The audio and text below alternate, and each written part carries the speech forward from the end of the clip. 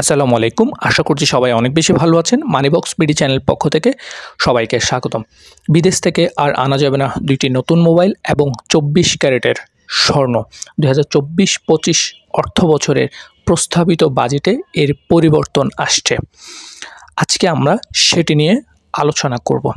আমরা সচরাচর বিদেশ ঘুরতে গেলে বা দেশের বাইরে কর্মরত আছেন এমন ভাই ব্রাদার, আত্মীয়-স্বজন যখন দেশে ছুটি কাটাতে আসেন, সে সময় আমাদের চাহিদার সর্বোচ্চ স্তরে থাকে হচ্ছে একটি নতুন মোবাইল। তো আসার সময় আমরা কি করি, ওই মানুষটাকে দিয়ে নতুন মোবাইল দেশে নিয়ে আসি। গত অর্থ বছর পর্যন্ত 2টি নতুন মোবাইল কর এবং শুল্ক ছাড়া লাগেজ নীতিমালায় নিয়ে আসতে পারত, কিন্তু এই বছরের প্রস্তাবিত বাজেটে সেটির আমূল পরিবর্তন হচ্ছে।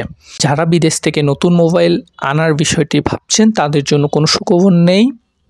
বৃহস্পতিবার 2024-25 অর্থ বছরে বর্তমান অর্থমন্ত্রী জনাব আবুল হাসান আলী মাহমুদ জানিয়েছেন, লাগেজ নীতিমালার অধীনে কর এবং শুল্ক ছাড়া 2টি নতুন ফোন আর আনতে পারবেন না।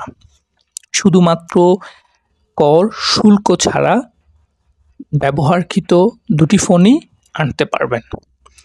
2023-24 অর্থ বছরে যেটি হচ্ছে ব্যবহারের ফোনের পাশাপাশি 2টি নতুন ফোন কর এবং শুল্ক ছাড়া লাগেজ নীতিমালায় নিয়ে আসা যেত, সেটি এখন আর আনা যাবে না। হ্যাঁ, কর দিয়েও আপনি নতুন 2টি ফোন আনতে পারবেন না, শুধুমাত্র কর দিয়ে একটি নতুন ফোন আপনি দেশে আনতে পারবেন।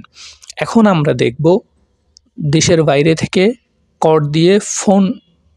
কর এবং শুল্ক দিয়ে নতুন ফোন আনতে গেলে আপনাকে কত টাকা শুল্ক প্রদান করতে হবে সরকারকে। আপনি যদি 30,000 টাকা দামের একটি ফোন দেশের বাইরে থেকে নিয়ে আসেন, সেক্ষেত্রে আপনার শুল্ক দিতে হবে 5,000 টাকা। 60,000 টাকা দামের মোবাইলের জন্য আপনার গুনতে হবে 10,000 টাকা এবং সর্বশেষ 60,000 টাকা দামের উপরে যে মোবাইলটি আপনি দেশের বাইরে থেকে কিনে নিয়ে আসবেন, সেক্ষেত্রে আপনাকে শুল্ক দিতে হবে 25,000 টাকা।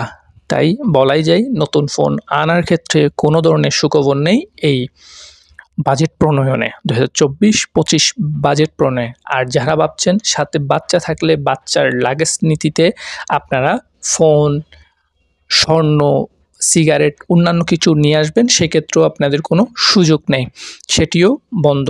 12 বছরের নিচে যারা যাত্রী থাকবেন তাদের লাগেজ নীতিমালায় কিন্তু এই ধরনের পণ্য আপনি বহন করতে পারবেন না। এবং এছাড়াও রয়েছে বিদেশ থেকে 24 ক্যারেটের স্বর্ণ আনা বন্ধ হতে পারে এই প্রস্তাবিত বাজেটে। 22 ক্যারেট এবং তার নিচের ক্যারেটের আপনারা 100 গ্রাম স্বর্ণ দেশের বাইরে থেকে নিয়ে আসতে পারবেন। এই যে নতুন নীতিমালায়, লাগেজ নীতিমালায় কর শুল্ক কমানোর কোনো ধরনের সুযোগ নেই।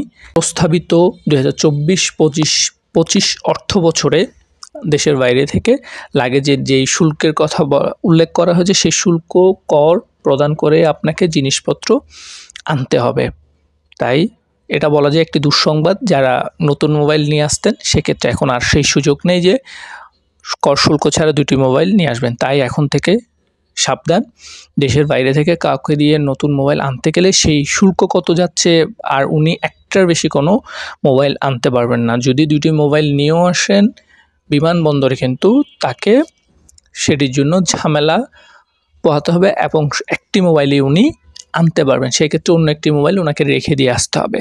তাই জেনে বুঝে দেশের বাইরে থেকে নতুন মোবাইল আনার কথা চিন্তা করবেন। ধন্যবাদ।